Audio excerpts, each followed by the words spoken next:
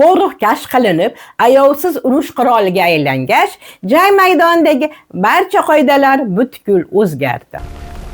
Endi urush natijasini jismoniy kuch, epchillik, qilich, nayza emas, aynan Porox belgilay boshladi. Davlatlarga endi faqat temir emas, katta miqdorda selitra kerak edi. Nazarimizni Yevropaga qaratamiz. 17-18 asrlarga kelib, Yevropa davlatlari bir narsani yaxshi anglab yetdi. Poroxsiz armiya bo'lmaydi. Poroxsiz davlatni himoya qilib bo'lmaydi. Porox uchun esa selitra kerak edi. Yevropada porox muammo edi, chunki tabiiy selitra yetarli emas edi. Chunki tabiat selitrani juda sekin hosil qilardi.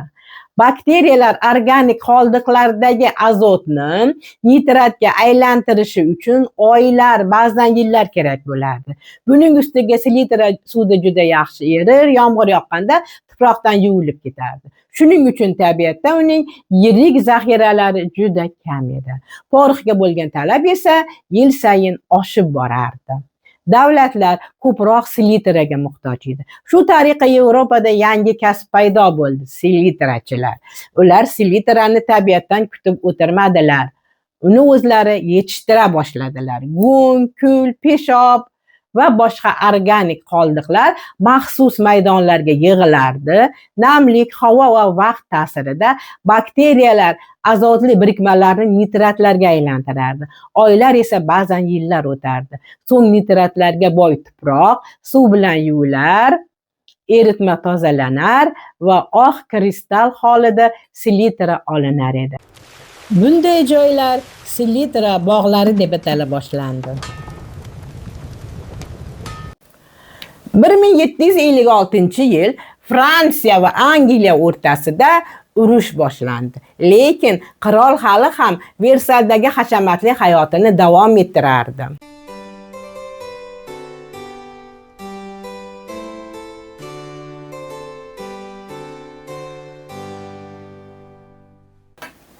Ammo bu yaltiroq hayotning ortida saroy devorlari tashqarisida urush ketar. Urush Fransiyaning harbiy qudratini sinovdan o'tkazardi. Bu sinov Fransiya uchun og'ir yakunlandi. 7 yillik urushda Fransiya Angliyadan mag'lub bo'ldi. Mamlakat katta iqtisodiy va hududiy zarar ko'rdi. Fransiya, Kanada va Shimoliy Amerikadagi katta hududlaridan ayrildi. Hindistondagi ta'siri ham keskin zaiflashdi. Ammo bu mag'lubiyat yana bir muhim muammoni ochib berdi. Urushda kuchli armiyaning o'zi yetarli emas, unga qurol kerak. Qurol uchun esa porox, porox uchun esa selitra kerak. Shu paytgacha oddiy xom ashyodek ko'ringan selitra endi davlatning harbiy xavfsizligi bilan bog'liq strategik resursga aylandi. Fransiyada selitra ishlab chiqarishni ko'paytirishi, eng muhimi sifatli porox tayyorlashi zarur edi. Shuning uchun bu ish davlat nazoratiga olindi. Selitrachilar maxsus vakolatlar berildi. Ular aholi yashaydigan joylar, uylar, molxona va otxonalarda selitrali tuproqlarni yig'ishga jalb etildi. Lekin selitraning ko'pligi hali g'alaba degani emas edi. Undan barqaror va sifatli porox tayyorlash kerak edi. Bu esa endi oddiy ish emas, ilmiy muammo edi. Shuning uchun ishga Qirollik Fanlar akademiyasi ham jalb qilindi va bu mas'uliyat o'sha davrning mashhur kimyogari Antoine Lavoisierga topshirildi. Lavoisier selitrani tozalash va porox ishlab chiqarishni ilmiy nazoratga oldi. Natijada poroxning ochish masofasi taxminan 150 metrdan 250 metrgacha oshdi. Lavoisierning tadqiqotlari va ilmiy yondashuvi natijasida fransuz poroxi dunyodagi eng sifatli poroxga aylandi. Selitra endi shunchaki yerdan olinadigan modda emas edi. U Fransiyaning harbiy qudrati uchun strategik resursga aylangan edi. Endi Shimoliy Amerikaga yo'l olamiz. 1775-yil Amerikada mustaqillik urushi boshlangandi. George Washington Amerika mustaqilligi kurashchilari armiyasi qo'mondonligini qabul qilganda, uning oldida og'ir ahvoldagi qo'shin turardi. Armiyada qurol yarog' va oziq-ovqat ta'minoti yetarli emasdi. Standart forma ham yo'q edi. Endi katta muammo esa porox tanqisligi edi. Washington armiyani porox bilan ta'minlash uchun bir vaqtning o'zida ikkita yo'lni ishga soldi. Birinchi yo'l Fransiyadan tayyor porox sotib olish. Ikkinchi yo'l esa millatni ishga solib, millatni safarbar qilib, tabiiy yo'l bilan selitra yetishtirish edi. Mustaqillik urushi davrida qo'mondonlik aholidan selitra tayyorlashda yordam so'radi. Bu chaqiriqqa ko'plab ayollar qo'shildi. Bu ish juda mashaqqatli va yoqimsiz edi, ammo mamlakat mustaqilligi hammasidan ustun turardi.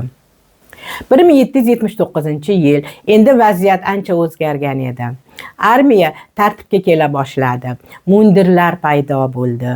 Qurol-yarog' va ta'minot tizimi yaxshilandi. Porox ta'minoti ham avvalgidek og'ir ahvolda emas edi. Olg'a askarlar! 3-sentyabr 1783-yil Parij shartnomasi imzolandi. Urush rasman tugadi. Angliya AQSh mustaqilligini tan oldi. 19-asr Janubiy Amerika, Atakama cho'li. Bu yerda ulkan selitra konlari topildi. Bu o'sha davrning nefti edi. Yuqoridan qaraganda cheksiz Atakama cho'lida inson qo'li bilan yaratilgan g'aroyib manzara ko'rinardi. Necha ming yillardan beri tinch yotgan sahroda hayot qaynardi.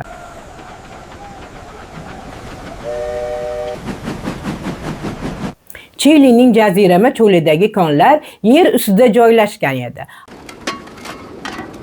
Ammo qazib olingan toshlarning bir qismi selitra bo'lsa, qolgani qum va ortiqcha tuzlardan iborat edi.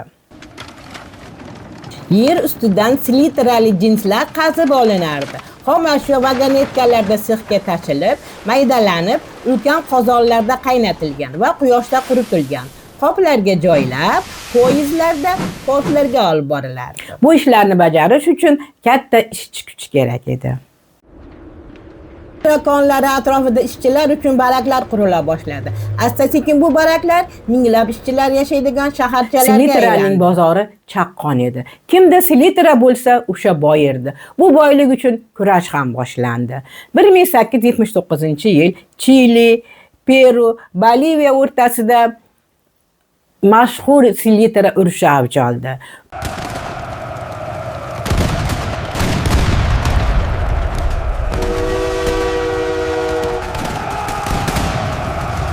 Urushning sababi selitraga boy hududlar ustidan nazorat edi. Urush natijasida Chili g'alaba qildi va selitra konlarining katta qismi uning nazoratiga o'tdi. Mintaqaning siyosiy xaritasi o'zgardi. Bitta tuz 3 ta davlat taqdirini o'zgartirdi. 19-asr oxiri insoniyat yangi muammoga duch keldi. Dunyo aholisi 1,5 milliarddan oshib 2 milliardga yaqinlashib qolgan edi. Ko'payib borayotgan aholini boqish uchun ko'proq oziq-ovqat kerak edi. Ammo ekinlar hosilini oshirish uchun o'simliklarga azot zarur. O'sha davrda azotning eng muhim manbalaridan biri Chili selitrasi edi. Undan ham o'g'it, ham porox tayyorlashda foydalanilardi. Ammo bir savol tobora ko'proq berila boshladi. Chili selitrasi tugasa-chi?